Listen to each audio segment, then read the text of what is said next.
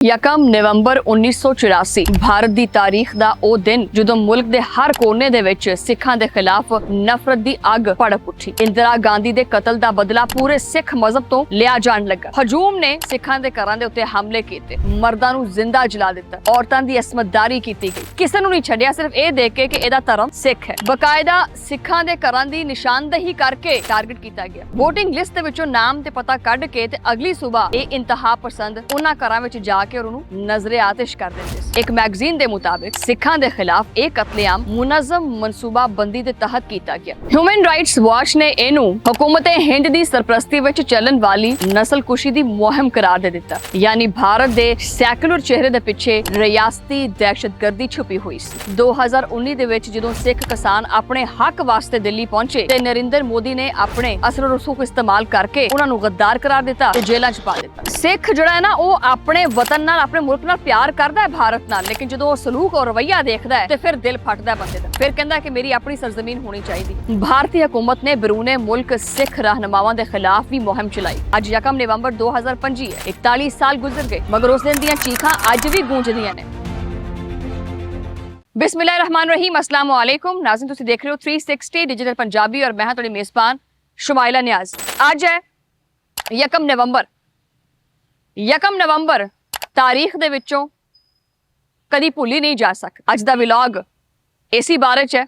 Vlog ਸ਼ੁਰੂ ਕਰਦੇ ਹਾਂ। 31 ਅਕਤੂਬਰ 1984 ਦਿੱਲੀ ਦੀ ਉਹ ਸਵੇਰ ਜਿਹਨੇ ਭਾਰਤ ਦੀ ਤਾਰੀਖ ਦਾ ਰੁਖ ਹਮੇਸ਼ਾ ਵਾਸਤੇ ਬਦਲ ਦਿੱਤਾ। ਉਸ ਰੋਜ਼ ਵਜ਼ੀਰ ਆਜ਼ਮ ਇੰਦਰਾ ਗਾਂਧੀ ਆਪਣੇ ਹੀ ਦੋ ਸਿੱਖ ਬਾਡੀਗਾਰਡਸ ਬਿਆਨ ਸਿੰਘ ਔਰ ਸਤਵੰਤ ਸਿੰਘ ਦੇ ਹੱਥੋਂ ਕਤਲ ਹੋ ਗਈ। ਇੰਦਰਾ ਗਾਂਧੀ ਦੇ ਕਤਲ ਦੀ ਖਬਰ ਤੋਂ ਬਾਅਦ ਪੂਰੇ ਭਾਰਤ ਦੇ ਵਿੱਚ ਇੱਕ ਖੌਫਨਾਕ ਖਾਮੋਸ਼ੀ ਛਾ ਗਈ। ਲੇਕਿਨ ਇਹ ਖਾਮੋਸ਼ੀ ਅਗਲੀ ਸਵੇਰ ਯਕਮ ਨਵੰਬਰ ਨੂੰ ਇੱਕ ਐਸਾ ਤੂਫਾਨ ਬਣ ਕੇ ਉੱਠੀ ਜਿਨੇ ਇਨਸਾਨੀਅਤ ਦੀਆਂ ਬੁਨਿਆਦਾਂ ਹਿਲਾ ਦਿੱਤੀਆਂ। ਜੀ ਹਾਂ, ਯਕਮ ਨਵੰਬਰ 1984 ਭਾਰਤ ਦੀ ਤਾਰੀਖ ਦਾ ਉਹ ਦਿਨ ਜਦੋਂ ਮੁਲਕ ਦੇ ਹਰ ਕੋਨੇ ਦੇ ਵਿੱਚ ਸਿੱਖਾਂ ਦੇ ਖਿਲਾਫ ਨਫ਼ਰਤ ਦੀ ਅੱਗ ਭੜਕ ਉੱਠੀ। ਇੰਦਰਾ ਗਾਂਧੀ ਦੇ ਕਤਲ ਦਾ ਬਦਲਾ ਪੂਰੇ ਸਿੱਖ ਮਜ਼ਹਬ ਤੋਂ ਲਿਆ ਜਾਣ ਲੱਗਾ। ਦਿੱਲੀ, ਕਾਨਪੁਰ, ਬੋਕਾਰੋ, ਹਰਿਆਣਾ, ਜਿੱਥੇ ਵੀ ਸਿੱਖ ਸੀ ਉਹ ਮਹਿਫੂਜ਼ ਨਾ ਰਹਿ ਸਕੇ। ਹਜੂਮ ਨੇ ਸਿੱਖਾਂ ਦੇ ਘਰਾਂ ਦੇ ਉੱਤੇ ਹਮਲੇ ਕੀਤੇ, ਮਰਦਾਂ ਨੂੰ ਜ਼ਿੰਦਾ ਜਲਾ ਦਿੱਤਾ, ਔਰਤਾਂ ਦੀ ਅਸਮਤਦਾਰੀ ਕੀਤੀ ਗਈ। ਕਿਸੇ ਨੂੰ ਨਹੀਂ ਛੱਡਿਆ, ਸਿਰਫ ਇਹ ਦੇਖ ਕੇ ਕਿ ਇਹਦਾ ਧਰਮ ਸਿੱਖ ਹੈ। ਔਰ ਮਾਸੂਮ ਬੱਚੇ, ਉਹਨਾਂ ਨੂੰ ਘਰਾਂ ਦੇ ਵਿੱਚ ਕਮਰਿਆਂ ਵਿੱਚ ਬੰਦ ਕਰਕੇ ਅੱਗ ਲਾ ਦਿੱਤੀ ਗਈ। 3 ਦਿਨ ਤੱਕ ਯਕਮ, 2 ਔਰ 3 ਨਵੰਬਰ ਭਾਰਤ ਦੇ ਵਿੱਚ ਕਿਆਮਤ ਦਾ ਮੰਜ਼ਰ ਰਿਹਾ। ਬਕਾਇਦਾ ਸਿੱਖਾਂ ਦੇ ਘਰਾਂ ਦੀ ਨਿਸ਼ਾਨਦੇਹੀ ਕਰਕੇ ਟਾਰਗੇਟ ਕੀਤਾ ਗਿਆ। ਇੰਤਹਾ ਪਸੰਦ ਹਿੰਦੂ ਰਾਤ ਨੂੰ VOTING ਲਿਸਟਾਂ ਵਿੱਚੋਂ ਨਾਂ ਤੇ ਪਤਾ ਕੱਢਦੇ ਸੀ। VOTING ਲਿਸਟ ਦੇ ਵਿੱਚੋਂ ਨਾਮ ਤੇ ਪਤਾ ਕੱਢ ਕੇ ਤੇ ਅਗਲੀ ਸਵੇਰ ਇਹ ਇੰਤਹਾ ਪਸੰਦ ਉਹਨਾਂ ਘਰਾਂ ਵਿੱਚ ਜਾ ਕੇ ਉਹਨੂੰ ਨਜ਼ਰੇ ਆਤਿਸ਼ ਕਰ ਦਿੰਦੇ ਸੀ। ਪੁਲਿਸ ਵੀ ਮੌਕੇ ਤੇ ਮੌਜੂਦ ਹੁੰਦੀ ਸੀ, ਕਿਉਂਕਿ ਪੁਲਿਸ ਜਿਹੜੀ ਹੈ ਉਹ ਸਰਕਾਰ ਦੀ ਸੀ ਤੇ ਸਰਕਾਰ ਦੇ ਅੱਗੇ ਕੋਈ ਬੋਲਦਾ ਨਹੀਂ ਸੀ। ਔਰ ਇਸ ਤਰ੍ਹਾਂ ਸਿੱਖਾਂ ਦਾ ਕਤਲੇਆਮ ਸ਼ੁਰੂ ਕਰ। ਇਹ ਚੀਜ਼ਾਂ ਜਿਹੜੀਆਂ ਹੈਗੀਆਂ ਨੇ, ਇਹਨਾਂ ਦੇ ਬਾਰੇ ਚ ਇੱਕ ਮੈਗਜ਼ੀਨ ਦੇ ਮੁਤਾਬਿਕ ਸਿੱਖਾਂ ਦੇ ਖਿਲਾਫ ਇਹ ਕਤਲੇਆਮ ਮੁਨਜ਼ਮ ਮਨਸੂਬਾ ਬੰਦੀ ਦੇ ਤਹਿਤ ਕੀਤਾ ਗਿਆ। ਤੁਸੀਂ ਖੁਦ ਦੇਖੋ ਕਿ VOTING ਲਿਸਟਾਂ ਨੂੰ ਇਸਤੇਮਾਲ ਕਰਕੇ ਸਿੱਖਾਂ ਦੇ ਘਰਾਂ ਨੂੰ, ਦੁਕਾਨਾਂ ਨੂੰ ਔਰ ਗੁਰਦੁਆਰਿਆਂ ਨੂੰ ਜਿਹੜਾ ਉਹ ਨਿਸ਼ਾਨਾ ਬਣਾਇਆ ਗਿਆ। ਹਿਊਮਨ ਰਾਈਟਸ ਵਾਚ ਨੇ ਇਹਨੂੰ ਹਕੂਮਤ ਹਿੰਦ ਦੀ ਸਰਪ੍ਰਸਤੀ ਵਿੱਚ ਚੱਲਣ ਵਾਲੀ ਨਸਲਕੁਸ਼ੀ ਦੀ ਮੁਹਿੰਮ ਕਰਾਰ ਦੇ ਦਿੱਤਾ। ਯਾਨੀ ਭਾਰਤ ਦੇ ਸੈਕੂਲਰ ਚਿਹਰੇ ਦੇ ਪਿੱਛੇ ਰਿਆਸਤੀ ਦਹਿਸ਼ਤਗਰਦੀ ਛੁਪੀ ਹੋਈ ਸੀ। ਔਰ ਇਹ ਸੱਚ ਕਿਸੇ ਇੱਕ ਦਿਨ ਜਾਂ ਇੱਕ ਵਾਕਿਆ ਤੱਕ ਮਹਦੂਦ ਨਹੀਂ ਹੈ। ਇਹ ਉਹੀ ਭਾਰਤ ਹੈ ਜਿਹੜਾ ਆਪਣੇ ਆਪ ਨੂੰ ਦੁਨੀਆ ਦੀ ਬਹੁਤ ਵੱਡੀ ਜਮਹੂਰੀਅਤ ਕਹਿੰਦਾ ਹੈ ਤੇ ਆਪਣੇ ਆਪ ਨੂੰ ਸਾਰਿਆਂ ਦਾ ਹੀ ਮੁਹਾਫਿਜ਼ ਜਿਹੜਾ ਨਾ ਉਹ ਸਮਝਦਾ ਹੈ। ਲੇਕਿਨ ਹਕੀਕਤ ਦੇ ਵਿੱਚ ਕੀ ਚੀਜ਼ ਹੈ ਉਹ ਤੁਹਾਨੂੰ ਸਾਰਿਆਂ ਨੂੰ ਪਤਾ ਹੈ। ਹਕੀਕਤ ਦੇ ਵਿੱਚ ਉਹਨੇ ਆਪਣੇ ਹੀ ਸ਼ਹਿਰੀਆਂ ਦਾ ਖੂਨ ਜਿਹੜਾ ਨਾ ਉਹ ਰੰਗਿਆ ਹੋਇਆ। ਇਹ ਸਿਰਫ ਵਾਕਿਆ 1984 ਦਾ ਨਹੀਂ ਹੈਗਾ। 1984 ਤੋਂ ਬਾਅਦ ਵੀ ਸਿੱਖਾਂ ਦੇ ਉੱਤੇ ਔਰ ਅਕਲੀਤਾਂ ਦੇ ਉੱਤੇ ਕੀ ਜ਼ੁਲਮ ਹੋਇਆ ਉਹਦਾ ਸਿਲਸਿਲਾ ਹਜੇ ਤੱਕ ਖਤਮ ਨਹੀਂ ਹੋ ਸਕਿਆ। 1984 ਤੋਂ ਪਹਿਲੇ ਵੀ ਗੁਜਰਾਤ 'ਚ ਜੋ ਹੋਇਆ, ਫਿਰ 2000 ਦੇ ਵਿੱਚ ਜਿਹੜਾ ਸੰਗਪੁਰਾ ਦੇ ਵਿੱਚ ਹੋਇਆ, 2002 ਦੇ ਵਿੱਚ ਇੱਕ ਵਾਰੀ ਫਿਰ ਗੁਜਰਾਤ 'ਚ ਜੋ ਕੁਝ ਹੋਇਆ, ਇਹ ਖੂਨੀ ਖੇਲ ਭਾਰਤ ਹਮੇਸ਼ਾ ਬਾਰ-ਬਾਰ ਖੇਡਦਾ ਰਹਿੰਦਾ। ਇਹ ਮਾਮਲਾ ਸਿਰਫ ਇੱਥੇ ਨਹੀਂ ਰੁਕਦਾ। ਫਿਰ ਆ ਜਾਓ 2019 ਦੀ ਗੱਲ ਤੇ। 2019 ਦੇ ਵਿੱਚ ਜਦੋਂ ਸਿੱਖ ਕਿਸਾਨ ਆਪਣੇ ਹੱਕ ਵਾਸਤੇ ਦਿੱਲੀ ਪਹੁੰਚੇ ਤੇ ਨਰਿੰਦਰ ਮੋਦੀ ਨੇ ਆਪਣੇ ਅਸਰ ਰਸੂਖ ਇਸਤੇਮਾਲ ਕਰਕੇ ਉਹਨਾਂ ਨੂੰ ਗੱਦਾਰ ਕਰਾਰ ਦਿੱਤਾ ਤੇ ਜੇਲ੍ਹਾਂ 'ਚ ਪਾ ਦਿੱਤਾ। ਜਿਹੜੇ ਸਰਹੱਦਾਂ ਤੇ ਖੜੋ ਕੇ ਭਾਰਤ ਦੀ ਹਿਫਾਜ਼ਤ ਕਰਦੇ ਆ, ਭਾਰਤ ਨੇ ਉਹਨੂੰ ਖਾਲਿਸਤਾਨੀ ਕਹਿ ਕੇ ਬਦਨਾਮ ਕੀਤਾ।